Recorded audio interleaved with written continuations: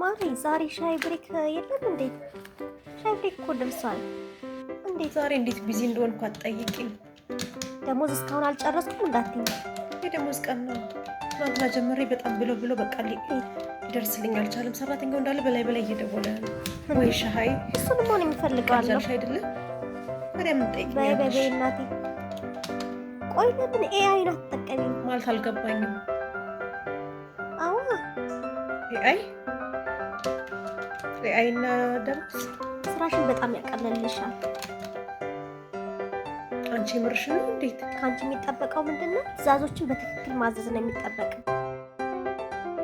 እንዴት ማንኛውም የፔሮል ስራዎችን በቀላሉ ኤአይ ስራችን እንዴት ያቀልናል የሚለው ለሁሉም አካውንታንቶች፣ ለሁሉም የፋይናንስ ባለሙያዎች የሚሆን አንድ ፔሮልን ለመስራት ግማሽ ቀን ወይም ደግሞ ከዛም በላይ ሊፈጅብን ይችላል። ብዙ ዲዳክሽኖችን ስንሰራ፣ ብዙ የተለያዩ ጆርናሎችን ስንሰራ ብዙ ሰዓቶችን ይፈጅብናል።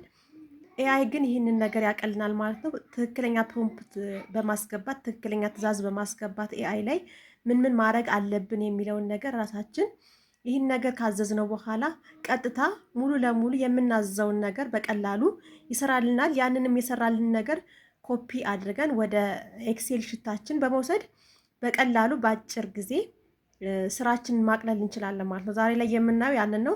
እንደ ሳምፕል እኔ የ38 ሰራተኞችን ኤክሴል ሽት ላይ ከፍቻ አሳያቸዋለሁ። 38 ሰራተኞች ለምሳሌ ከዚህ በላይም ሊሆን ይችላል። ሰራተኞች ብዛቱ ችግር የለውም። ግን እንደማሳያ እነዚህ ሰራተኞች እንዴት አድርገው ኔት ፔያቸውን ተጠቅሞ እንዴት አድርገው ወደ ባንክ ትራንስፈር የምናደርገውን ኢንትሪ እንዴት ያሳየናል። እንዲሁም ደግሞ ጆርናል ኢንትሪውን ፕሪፔር እንዲያደርግልን አዘዋለሁ። ከዚህ በተጨማሪ ደግሞ ኦዲት ያደርገዋል። ይህንን የኤክሴል ሽታችን በትክክል ተሰርቷል ወይ ይገመገመዋል። ለኢንተርናል ኦዲተሮችም ይሄ ጥሩ ማሳየ ነው ማለት ነው። ኤክሴል ሽቱ በትክክል ተሰርቷል፣ እንዲሁም ደግሞ የጎደሉ ነገሮችን በምን መልኩ ማስተካከል አለብን የሚለውን ነገር መጨረሻ ላይ ይገመግምልናል ማለት ነው። አሁን ከመጀመሪያ ጀምረን እናያለን እንዴት አንድ ኤክሴል ሽት ከፍተን 38 ሰራተኞችን እንደምትመለከቱት እዚህ ጋር አስገባለታለሁ ማለት ነው። ኮፒ አድርጌ የኤክሴል ሽቴን ወደ ቻት ጂፒቲ ኤአይ ላይ አስገባለታለሁ ማለት ነው።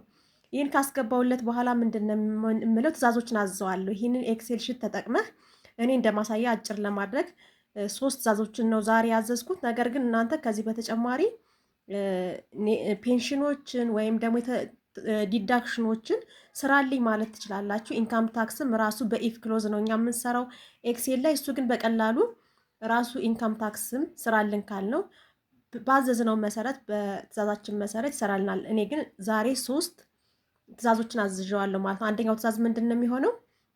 ይህንን ኤክሴል ሽት ተጠቅመህ እነዚህ የ38 ሰራተኞችን ወደ ባንክ ትራንስፈር የሚደረግ የራሱ የሆነ የባንክ ትራንስፈር ሽት ስራልኝ። የኤምፕሎይ ኔም አለ፣ አካውንት ናምበር፣ የባንክ አካውንት ቁጥራቸው አለ፣ ኔት ፔያቸውን ውሰድልኝ ነው የምለው። ይሄንን ራሱ ከኤክሴል ሽት ላይ ፋይንድ አድርጎ በዚህ መልኩ ትዕዛዝ ሳዝዘው በቀላሉ ይሰራልኛል። እኔም ይህን የሰራልኝን ኮፒ አድርጌ ምንም አይነት የተለየ ድካም ሳልደክም ማለት ነው በአጭር ጊዜ ኮፒ አድርጌ ኤክሴል ሽቴ ላይ አዲስ ሽት ከፍቼ አሳያለሁ ማለት ነው። ይህንን ትክክል ለመስራቱ እያንዳንዱን እየሄድን ማየት እንችላለን። በትክክል ሰርቶታል ማለት ነው። ይህን ካየን በኋላ እንዲሁም ደግሞ ተጨማሪ ምን እናያለን? ጆርናል ኢንትሪ መስራት ግድ ነው እና ጆርናል ኢንትሪ መጨረሻ ላይ ጀቢ እናሳልፋለን። ያንን በቀላሉ አሁንም ምንም አይነት የተለየ ካልኩሌሽን በካልኩሌተር መደመር መቀነስ ሳይጠበቅብን ኤአይ ይህንን ያግዘናል ማለት ነው። ምን እናደርጋለን? ይህንን ፕሮምፕት ይህን ትዕዛዝ አዘዋለሁኝ ኮፒ አድርጌ ትዕዛዙን የጻፍኩትን ኮፒ አድርጌ እዚህ ጋር ፔስት አደረግኩለት። ቅድም የሰራሁትን ወይም ደግሞ ያስተላለፍኩለትን ኤክሴል ሽት እሱም ወደኋላ እየሄደ እያየ ምን ያደርጋል? ጆርናል ኢንትሪውን ይሰራል። ይሄ ጆርናል ኢንትሪ ምንድን ነው? ቀጥታኛ ጀቢ ላይ ያሳልፈን ወደ ተለያዩ የአካውንቲንግ ሶፍትዌሮች ኢአርፒ ላይ ፒሽትሪ ላይ ፖስት የምናደርገውን እሱ በቀላሉ በዚህ መልክ ፕሪፔር ያደርግልናል ማለት ነው።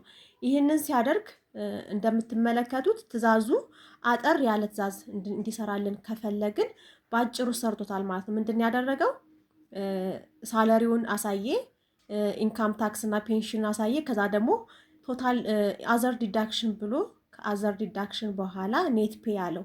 እኛ ግን ከዚህ በተለየ ልንፈልግ እንችላለን እንደ ፍላጎታችን ማለት ነው። አዘር ዲዳክሽን ብሎ ያሳየው ከኢንካም ታክስ ከፔንሽን ውጭ ያሉትን በጥቅል የተለያዩ ዲዳክሽኖች ይኖራሉ። አንድ ደሞዝ ሲሰራለት ለተለያዩ ሰራተኞች እነዚህ ዲዳክሽኖችን አለያያቸው። ምክንያቱም ትእዛዜ ነው ይሄንን ያደረገው። ትእዛዛችን አጭር እንዲሆን ረዥም እንዲሆን የተለያዩ ነገሮችን ራሳችንን ፕሪፔር የምናደርግለት ማለት ነው። ሶ ምን እናደርጋለን? ትእዛዙን ማስተካከል ይቻላል።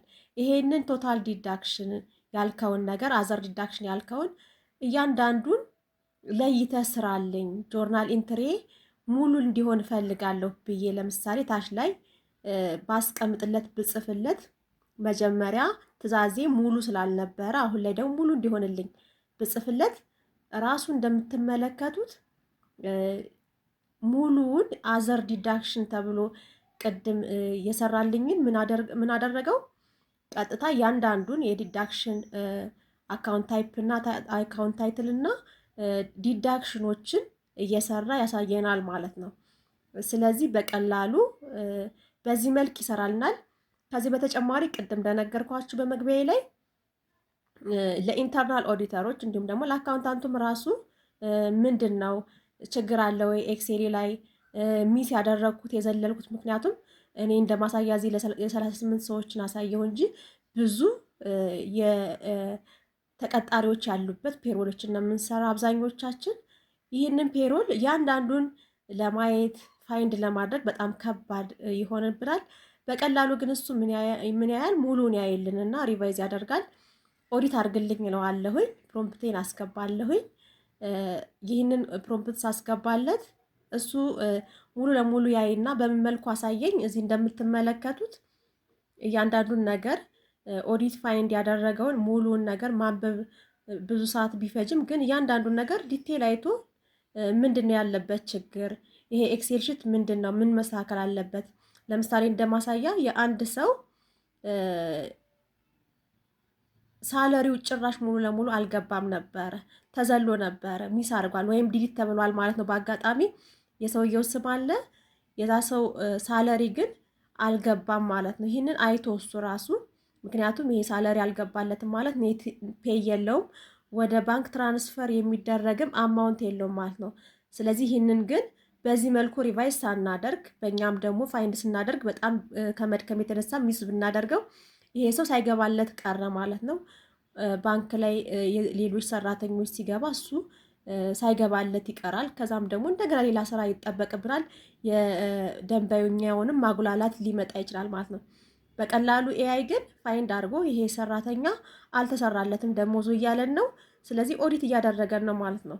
ከዚህ በተጨማሪ እያንዳንዱ ጆርናል ኤንትሪዎቹ በትክክል ትራንዛክሽኖቹ ቢኖሩም የተለያዩ የኤክሴል ሽቶቹ በጣም የተራራቁ የተቀራረቡ እነሱን ነገሮች እንድናስተካክል እያሳየን ነው ማለት ነው። ሶ እያንዳንዱን ኦዲት ፋይንዲንግ እዚህ ጋር ባናነበውም በዚህ መልኩ እንደምትመለከቱት ኦዲት አድርጎናል ማለት ነው። ስለዚህ ዛሬ ምንድን ያየነው በዋነኝነት ኤአይ እንዴት አድርጎ አካውንት ማንኛውንም አካውንታንት ወይም ደግሞ የፋይናንስ ባለሙያ እንዲሁም ደግሞ የኢንተርናል ኦዲተሮችን እንዴት ያግዛል። ሙሉ ለሙሉ ሰዎችን ይተካል ሳይሆን እያልን ያለ ነው። ኤአይ ግን ስራችንን እያቀለለልን በዚህ መልኩ መስራት እንችላለን ማለት ነው። በረዥም ሰዓት ወይም ደግሞ በግማሽ ሰዓት ከዛም በላይ አንድ ቀንም ከዛ በላይም የሚፈጅብንን ስራ ባጭሩ በ5 ደቂቃ እና ከዛ ባነሰ ሰዓት ስራችንን ያቀላጥፍላል ማለት ነው። አስተያየት ካላችሁ በዚህ መልኩ ቢሰራልን ለወደፊቱ እንዴት ነው ከኤአይ ጋር የአካውንታንትን ስራ በዚህ መልኩ እንዴት ነው ሊያቀል የሚችል የሚል ነገር አስተያየት ካላችሁ ኮሜንት አድርጉኝ። እስከዛው ድረስ ባይ ባይ።